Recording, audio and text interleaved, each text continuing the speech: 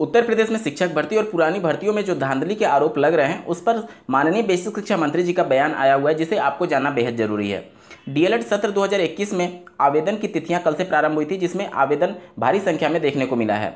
जुलाई अंत तक प्रमोट के संदर्भ में यहां पर आदेश जारी किए गए हैं और संविदा कर्मियों पर फिर से प्रदेश सरकार फैसला ले सकती है उनको लुभाने के संदर्भ में आने वाले विधानसभा चुनाव को देखते हुए। इसके अलावा शिक्षा जगत से जुड़े कुछ महत्वपूर्ण फैसलों पर भी हम लोग बात करेंगे, तो अंत तक जरूर जुड़े रहिएगा इस वीडियो के साथ बिना किसी पार्ट को स्किप किए हुए। नमस्कार दोस्तों, मेरा नाम है नीरज और आप देख रहे हैं करियर बिट यूट्यूब चैनल। अगर आप इस चैनल पहली बार विजिट कर रहे हैं तो इसको सब्सक्राइब करते हुए बेल आइकन को प्रेस करना ना भूलें।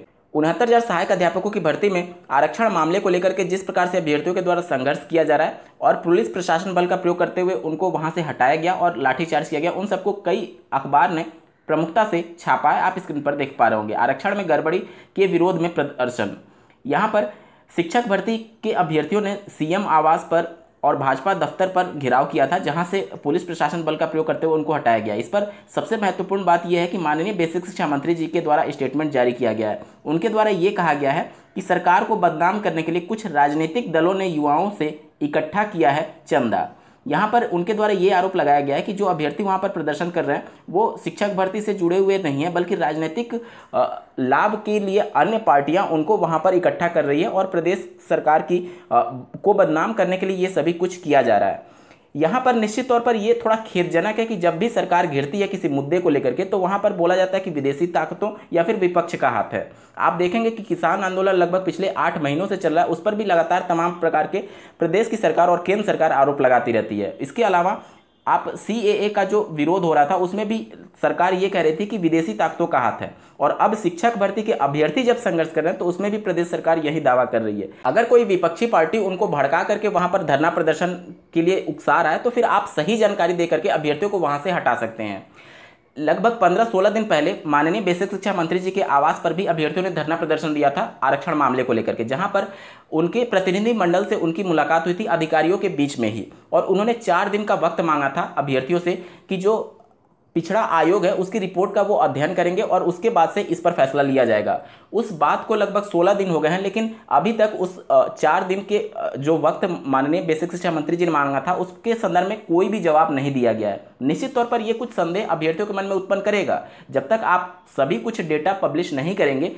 और माननीय मुख्यमंत्री जी ने भी बेसिक शिक्षा मंत्री जी को यह निर्देशित किया था कि आप सभी डेटा को लेकर के मीडिया के और अभ्यर्थियों के बीच में उपस्थित होइए ताकि जो कुछ भी संघर्ष हो रहा है उस पर विराम चिन्ह लग सके। निश्चित तौर पर यह खेदजनक विषय है कि एक संवैधानिक देश में कुछ मिसअंडरस्टैंडिंग की वजह से ये सभी चीज़ें हो रही हैं। अगर आरक्षण सही तरीके से लागू किया गया है तो फिर सरकार को डेटा दिखाने में प्रॉब्लम क्या है। 69,000 जो अभ्यर्थी सेलेक्ट हुए हैं सभी अभ्यर्थियों का अंतरिम गुणांक और कैटेगरी आप पब्लिश कर दीजिए। जो कुछ भी डाउट अभ्यर्थियों के मन में है स्वतः वो खत्म हो जाएगा। लेकिन सरकार डेटा पब्लिश भी नहीं कर रही है और अभ्यर्थियों पर आरोप भी लगा रही है कि ये विपक्ष के दबाव में आकर के इस प्रकार से कार्य कर रहे हैं। 69,000 में 22,000 पद को जोड़ने के संदर्भ में जो अभ्यर्थी संघर्ष कर रहे हैं उस केस में कुछ भी दम नहीं है, उस केस में कुछ होना भी नहीं है। लेकिन जो ये आरक्षण से संबंधित मामला है इसमें अभ्यर्थी पद जोड़ने की मांग नहीं कर रहे हैं। आप सब कुछ डेटा पब्लिश कर दीजिए। आरक्षण में अगर घोटाला हुआ है तो वो अपने हक की मांग कर रहे हैं, जो कि जायज भी है।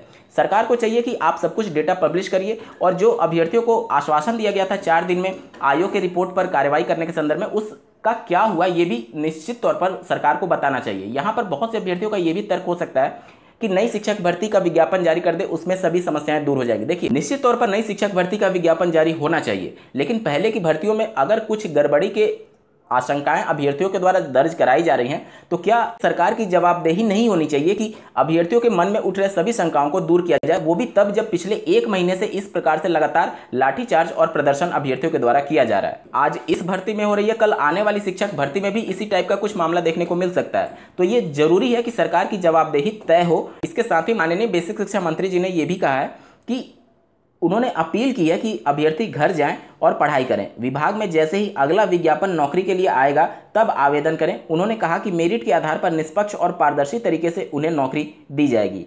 यहाँ पर प्रदेश सरकार के द्वारा और जो अधिकारी हैं उनके द्वारा लगातार ये बोला जा रहा है कि शिक्षक भर्ती आएगी, लेकिन कब आएगी ये कभी भी नहीं बताया जा रहा है। ये उसी टाइप का मामला है कि जब पहले के वर्षों में बीजेपी जब चुनाव लड़ती थी तो उनका प्रमुख मुद्दा होता था कि हम राम मंदिर बनाएंगे, लेकिन कब बनाएंगे ये किसी को भी पता नहीं होता था। ये मामला माननीय सुप्रीम कोर्ट से निस्तारित हुआ है, ना कि राज्य सरकार और केंद्र सरकार के हस्तक्षेप से निस्तारित हुआ है। तो यही इसी टाइप से माहौल सरकार के द्वारा बनाया जाता है और राजनीतिक लाभ लिया जाता है। वहीं बात करें डीएलएड 2021 में एडमिशन को लेकर के भारी संख्या में रजिस्ट्रेशन कराया गया। यहाँ पर सिर्फ 1650 रजिस्ट्रेशन ही हुए हैं, लेकिन जिस प्रकार से डीएलएड कोर्स को अब उत्तर प्रदेश में तवज्जो नहीं दी जा रही है, बीएड कोर्स ही सर्वश्रेष्ठ माना जा रहा है, उस सबको देखते हुए निश्चित तौर पर इतना रजिस्ट्रेशन हो जाना भी एक आश्चर्य का विषय है। वहीं बात करें रुहेलखंड विश्वविद्यालय के द्वारा जुलाई के अंत तक प्रथम और द्वितीय वर्ष के अभ्यर्थियों को प्रमोट के रिजल्ट की घोषणा कर दी जाएगी। यहाँ पर 1,78,000 छात्र छात्राएं प्रमोट होने वाले हैं। प्रदेश की वर्तमान सरकार में जो भी संविदा पर कर्मी रखे गए थे और आउटसोर्सिंग के द्वारा जो कर्मियों का नियुक्ति दिया गया था, उन अभ्यर्थियों का ब्यौरा तलब किया गया है। हो सकता है कि राजनीतिक लाभ लेने के लिए इन अभ्यर्थियों को परमानेंट करने जैसे मामले प्रकाश में आ सकते हैं। ये सिर्फ उन्हीं अभ्यर्थियों लोगों का डेटा मांगा गया है जो कि प्रदेश की वर्तमान सरकार में नियुक्ति पाए थे। वहीं बात करें नरेंद्र सिंह वर्मा जो कि विधायक हैं, उनके द्वारा 20 जुलाई 2021 को माननीय प्रधानमंत्री जी को एक पत्र लिखा गया, जिसे आप स्क्रीन पर देख पा रहे हैं। इनके द्वारा जो पेंशन होती है उसको लेकर के सवाल उठाया गया है। उन्होंने ये कहा है कि श्रीमान जी, बापू के इन्हीं विचारों से प्रेरित होकर के आपसे अनुरोध करना चाहता हूं कि सरकार ने 1 अप्रैल 2004 से सरकारी कर्मचारियों की पेंशन व्यवस्था बंद कर दी है। ऐसे में नैतिक रूप से कोई भी सांसद, विधायक, मंत्री, उपराष्ट्रपति, राज्यपाल, प्रधानमंत्री अथवा राष्ट्रपति महोदय पेंशन के अधिकारी कैसे हो सकते हैं। तो ये एक बहुत अच्छा पहल है और एक तरीके से सभी सांसद, विधायकों और मंत्रियों और जो भी बड़े आला अधिकारी होते हैं उन सबको आईना दिखाने वाला है कि किस प्रकार से एक विधायक ने इसके लिए सवाल उठाया कि जब अब लोगों को पेंशन नहीं मिल रहा है तो फिर मंत्री किस प्रकार से नैतिक रूप से इस पेंशन के हकदार हैं। 2016 की टीजीटी की परीक्षा जीव विज्ञान से संबंधित 31 जुलाई को होने जा रही है। मंडल मुख्यालयों पर यह परीक्षा होने जा रही है। प्रदेश अधीनस्थ सेवा चयन आयोग के माध्यम से कनिष्ठ लिपिक भर्ती 2016 का इंटरव्यू 31 अगस्त से प्रारंभ होने जा रहा है। उत्तर प्रदेश में पॉलिटेक्निक की सेमेस्टर परीक्षाएं स्थगित कर दी गई हैं। जिस प्रकार से बोर्ड ने कहा था कि ऑनलाइन परीक्षाएं कंडक्ट कराई जाएंगी, लेकिन कोई भी तैयारी विद्यालयों के द्वारा नहीं की गई थी, जिसकी वजह से ये सेमेस्टर परीक्षा को स्थगित किया गया है। राजकीय आश्रम पद्धति इंटर कॉलेज में प्रवक्ता भर्ती के लिए 1100 अभ्यर्थियों ने आवेदन में गलती कर दी थी, जिसके लिए यूपीपीएससी ने इन अभ्यर्थियों को फिर से गलती सुधारने का मौका दिया है। यूपीपीएससी के द्वारा आयोजित हुई एई की भर्ती में धांधली देखने को मिला है।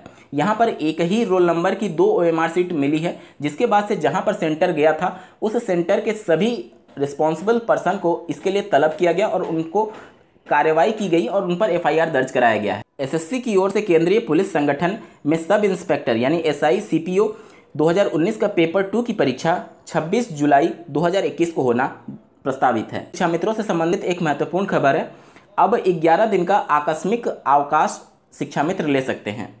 30 जुलाई 2021 को बीएड प्रवेश परीक्षा होने की वजह से महात्मा गांधी काशी विद्यापीठ की वार्षिक और सेमेस्टर परीक्षा स्थगित कर दी गई है। विद्यापीठ की परीक्षाएं जो 29 और 30 जुलाई को होना प्रस्तावित था, अब वो 11 और 12 अगस्त में होंगी। तो ये थी आज की कुछ प्रमुख खबरें। ऐसे ही महत्वपूर्ण अपडेट्स के लिए इस चैनल को सब्सक्राइब करना ना भूलें। इस वीडियो को देखने के लिए आपका बहुत बहुत धन्यवाद। भगवान करे आपका दिन शुभ हो।